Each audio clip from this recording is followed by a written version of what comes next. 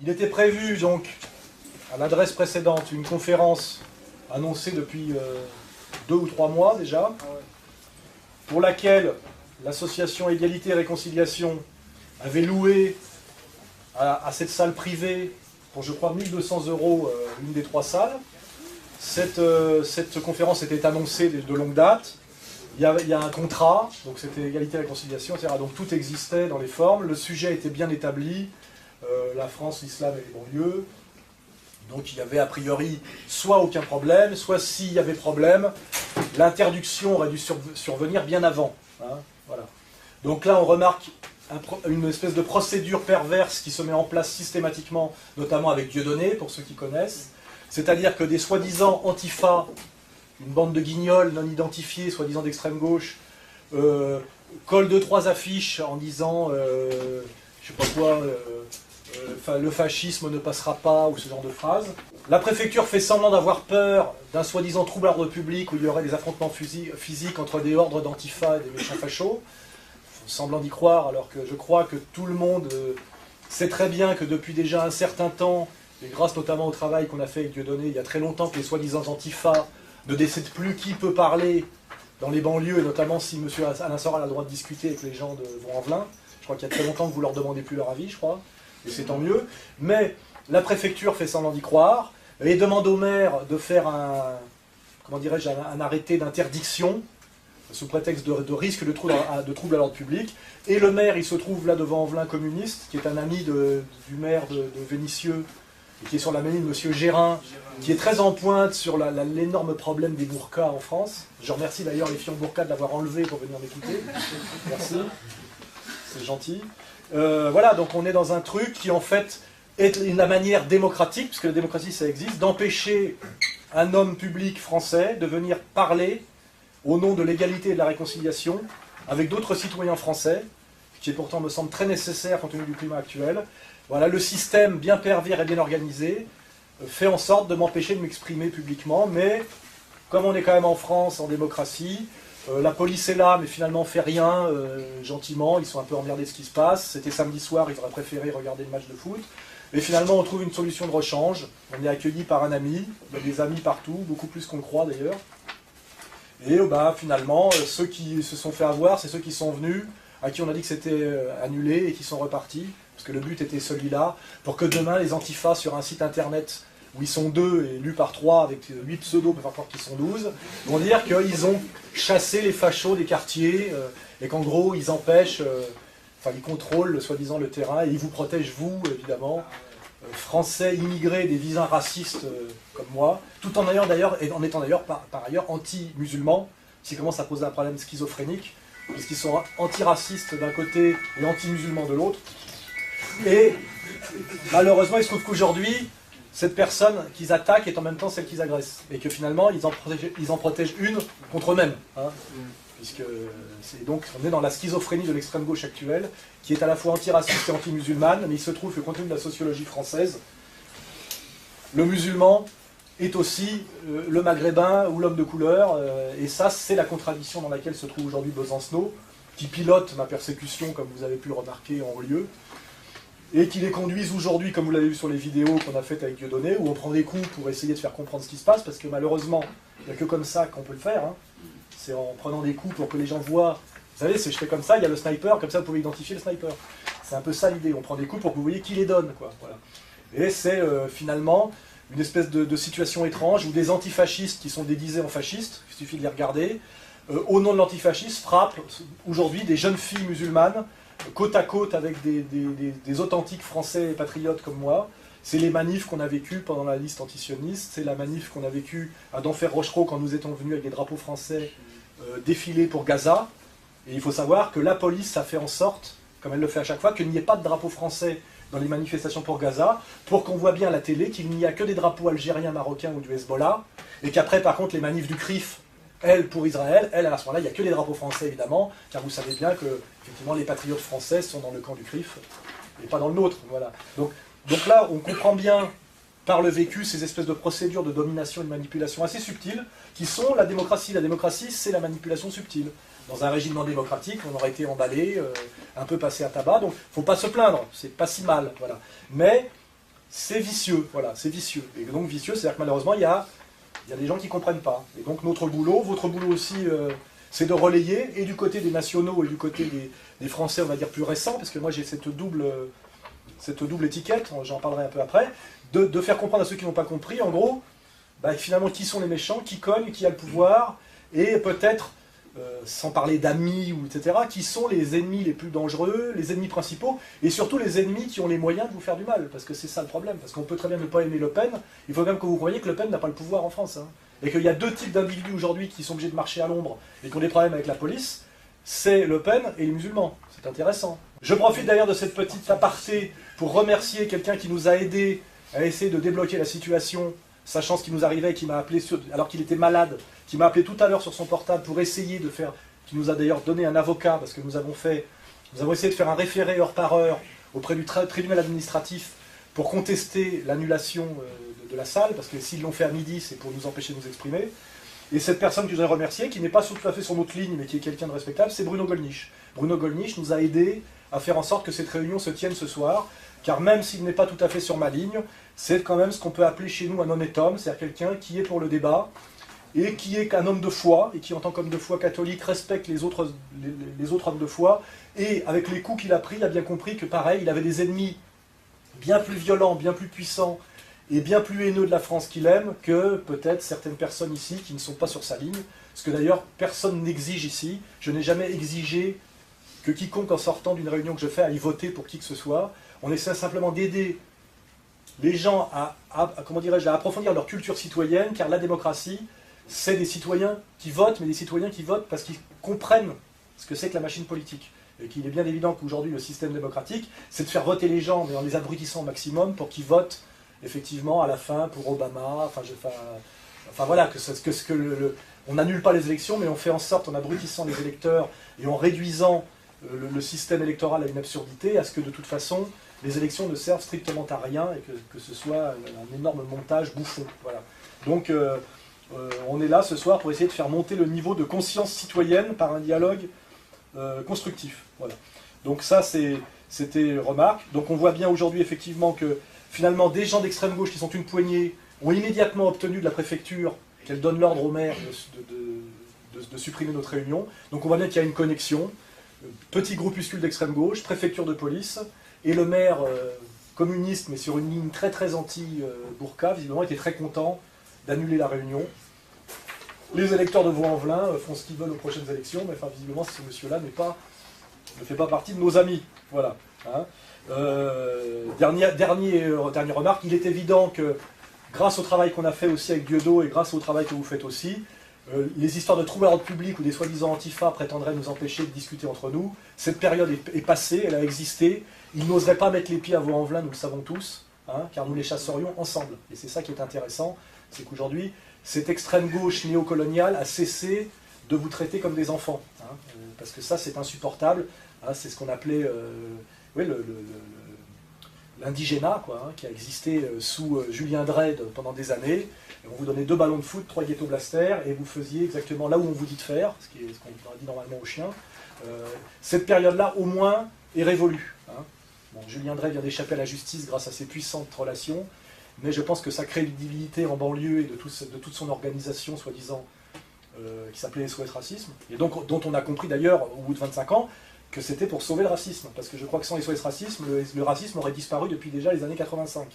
Mais grâce à SOS Racisme, qui a bien éduqué les jeunes de banlieue issus de l'immigration à haïr les Français comme moi, et qui parallèlement a bien en même temps, et aller voir en douce les Français comme moi pour dire, voyez que ces gens-là vous détestent, et qu'ils sont hostiles, et qu'heureusement qu'en Israël, nous sommes l'avant-garde du monde judéo-chrétien et qui luttons contre le danger bougnoulique, parce qu'on voit très bien comment la combine est montée.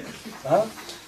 Je pense que cette période où ces gens-là pouvaient nous prendre pour des imbéciles est un peu révolue. Alors ils ont encore des moyens de police pour nous empêcher de nous réunir, qui sont des moyens médiocres, ils nous ont fait déplacer de 300 mètres, mais nous sommes là, sans sécurité, sans armes, sans violence, et j'ai fait ce genre de réunion, même quand j'étais, la courte période où j'étais au Front National, parce que j'ai été au Front National quelques mois.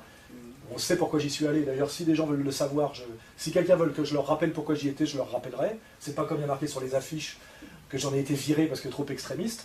J'ai accepté d'être le conseiller de Le Pen sur la question des banlieues et sur la question sociale au moment des élections de 2007. Et moi, mon analyse, c'était les musulmans ont vocation à rejoindre les patriotes français car nous avons les mêmes valeurs en réalité, qui sont les valeurs, ce que j'appelle de la droite des valeurs. Hein. Nous avons des tas de points communs. Nous avons des valeurs, respect de la famille.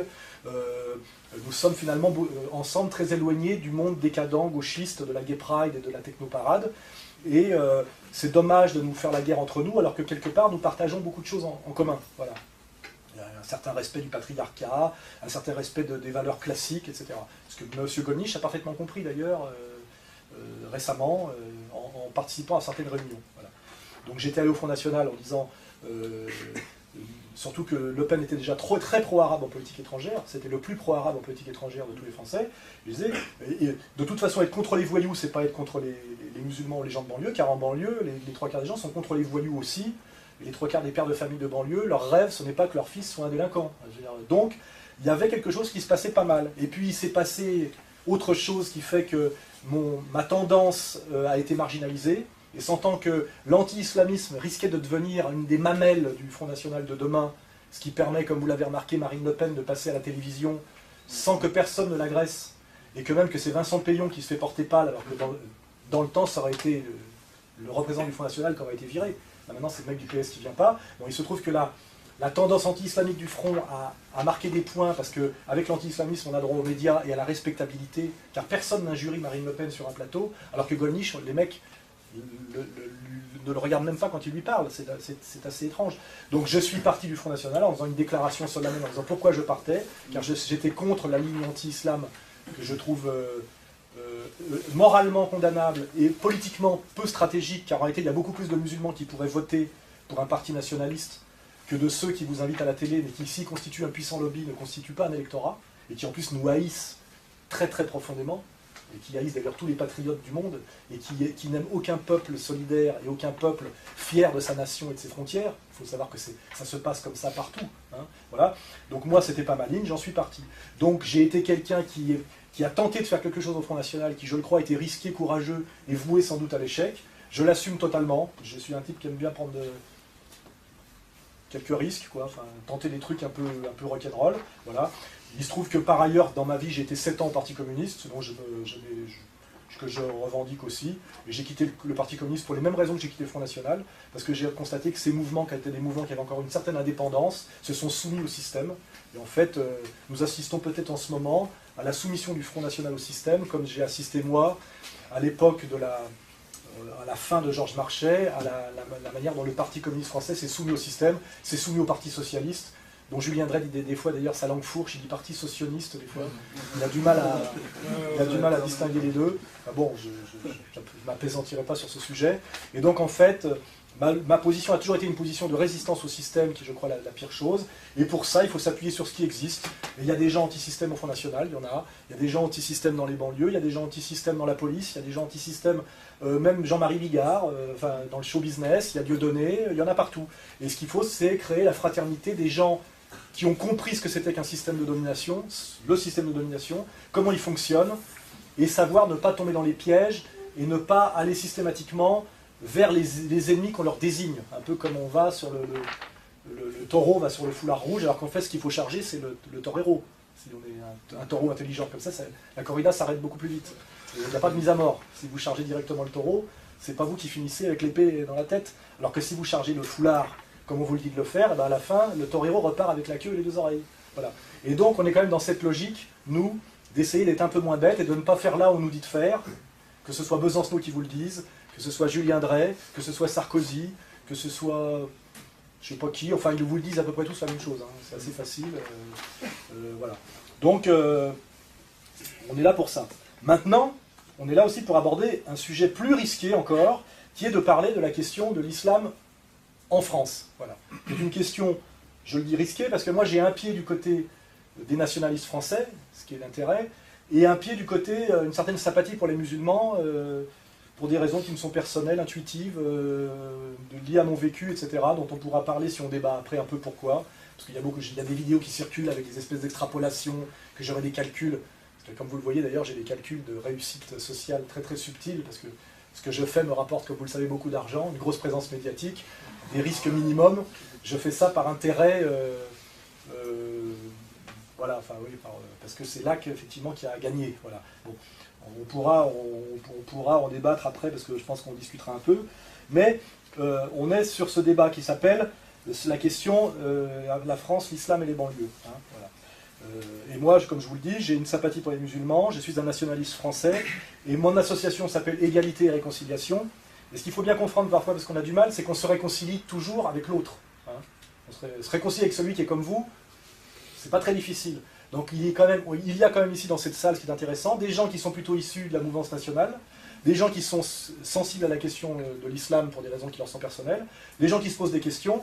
Et ce qui est intéressant, ce qui est l'intérêt de l'association Égalité et Réconciliation dont je suis le président, c'est que c'est une association transcourant, c'est-à-dire qu'elle est composée de gens différents qui, je pense, s'ils se réconciliaient, constituent ce que j'appelle le peuple de France, dans ce qu'il a de plus respectable, de plus intéressant et sans doute de meilleur. Voilà. Mais c'est un travail difficile, car comme je vous l'ai dit tout à l'heure, l'empire, le système, fonctionne parce qu'il divise le peuple et qu'il pousse, exactement comme dans les cités américaines, les latinos à se tirer dessus contre les noirs américains, il pousse un système des luttes légitimes qui seraient verticales à s'horizontaliser, et notamment en banlieue, à faire que le français chômeur qui a la haine, demain s'en prenne aux musulmans chômeurs également qui a la haine. Comme ça, il n'y a plus qu'après à mettre des barbelés autour, et on regarde les animaux se bouffer entre eux, on peut même faire payer l'entrée, enfin payer le spectacle, vous voyez, avec les caméras, et ça fait un spectacle de violence et de haine, horizontal, inutile, dont pâtissent les gens du peuple, et que regardent, en faisant des commentaires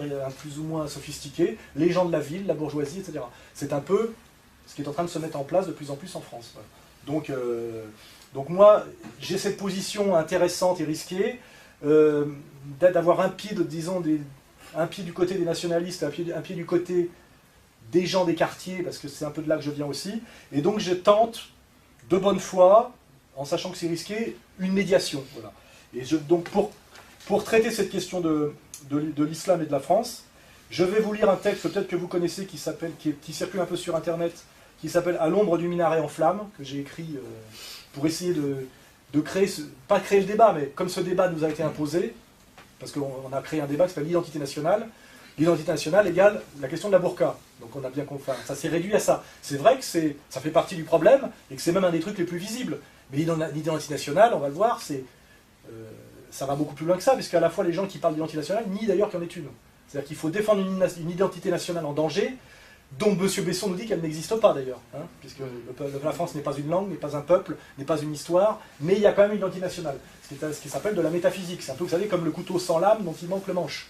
Vous voyez, soit il y a une identité nationale, il faut dire ce qu'elle est, et puis d'ailleurs c'est dynamique, et ce qu'elle peut devenir, et ce qu'elle était hier, et ce qu'elle peut être demain, parce que tout change, comme disaient les Grecs, font pareil. Soit ça n'existe pas, il n'y a pas de débat. Ce qui est étrange, c'est qu'il y a un débat qui est strictement sur la burqa pour une question d'identité nationale qui n'existe pas, mais qui en plus doit être fixée pour toujours, par des gens dont on va pouvoir dire à quel point ils sont légitimes tout à l'heure. Hein. Donc je vais vous lire ce texte qui est un texte un peu provoquant et un peu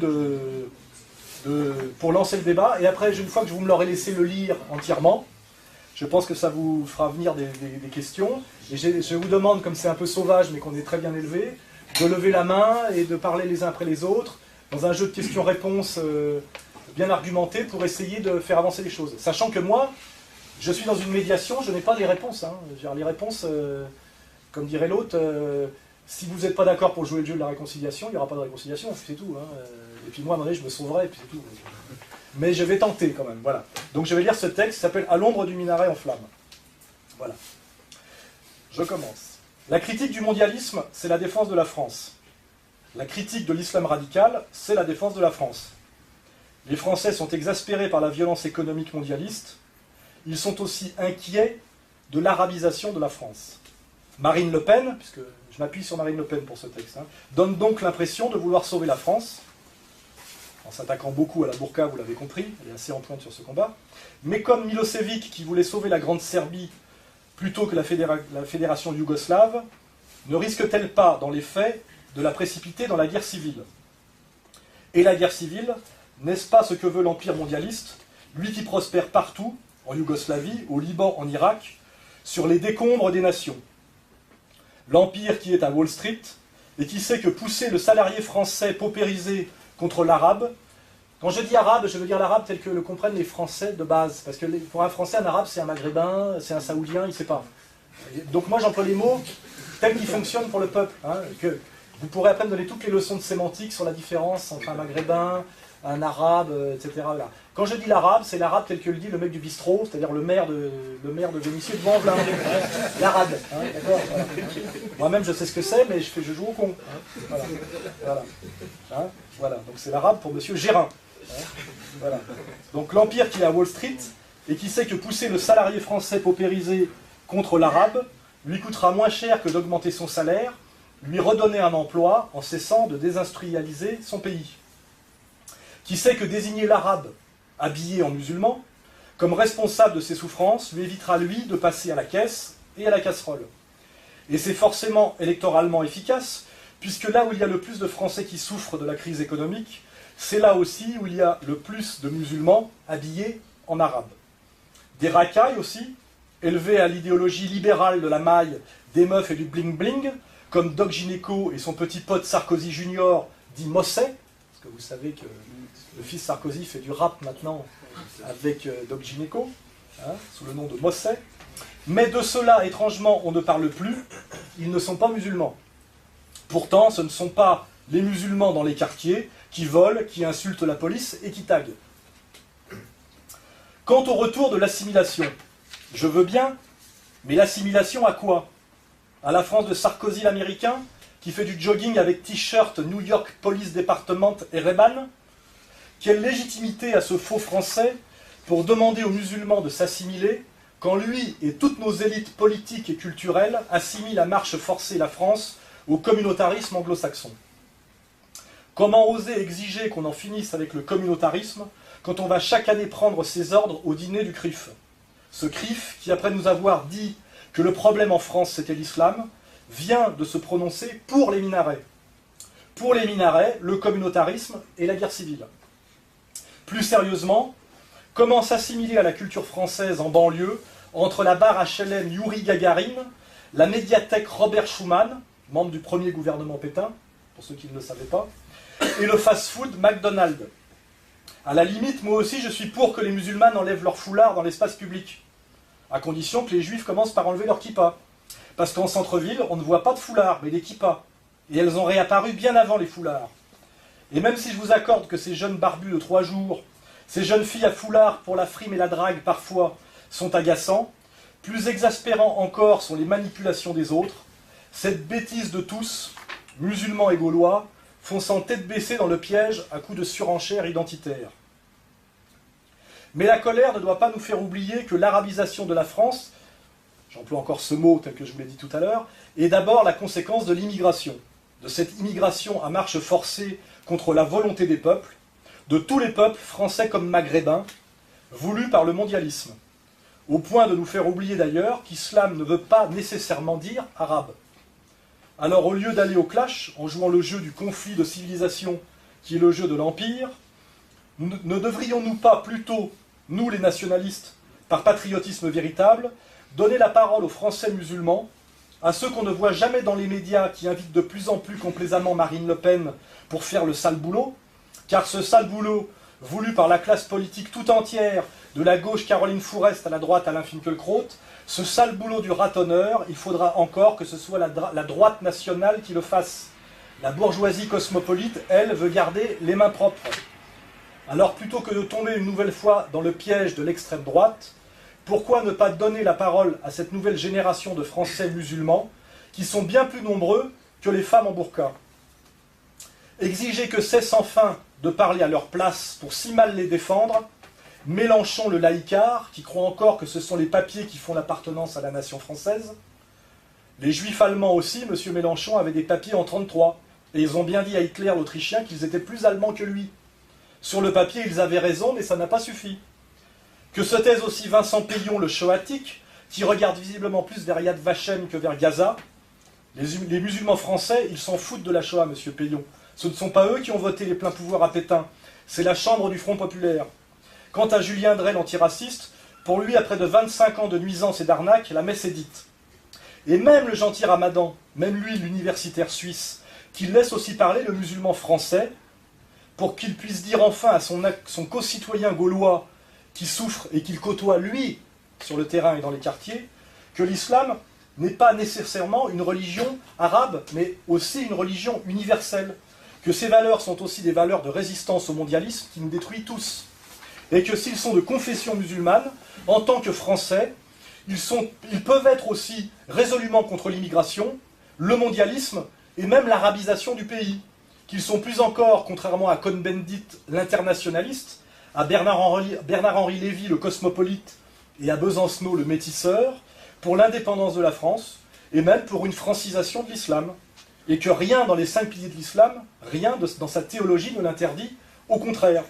Car si Mohammed, que je sais qu'il ne faut pas appeler Mahomet, on peut parfois le faire sans le savoir, il paraît que c'est injurieux d'appeler le prophète, de l'appeler Mahomet. Moi, je ne le savais pas avant qu'on me le dise. Vous voyez, donc quand quelqu'un dit Mahomet, c'est pas forcément un manque de respect, c'est simplement que pour lui, c'est le nom en français. Quand vous dites Confucius, c'est Lao Tse, bon, voilà, ça existe comme ça.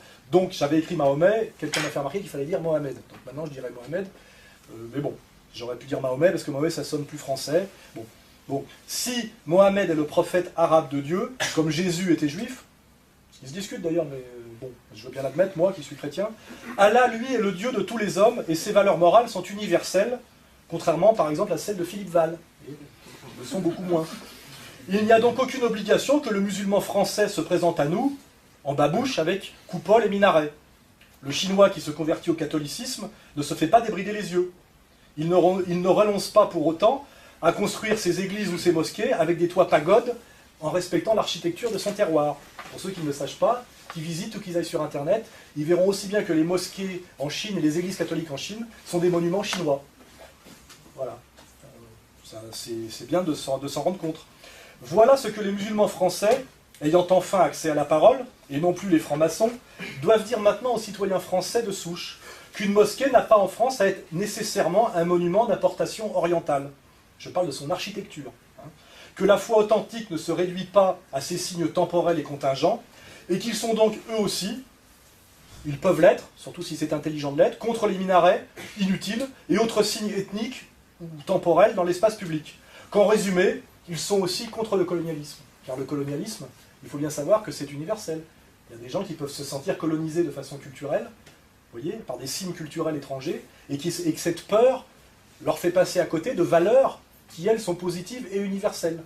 Donc moi, ce que j'essaie de faire comprendre, c'est que si on découple la contingence historique de l'arabité des valeurs universelles de l'islam, on a gagné la partie. Et que c'est cette partie-là que nos ennemis ne veulent pas qu'on gagne. Hein. Je vous garantis que je le vérifie tous les jours. Voilà.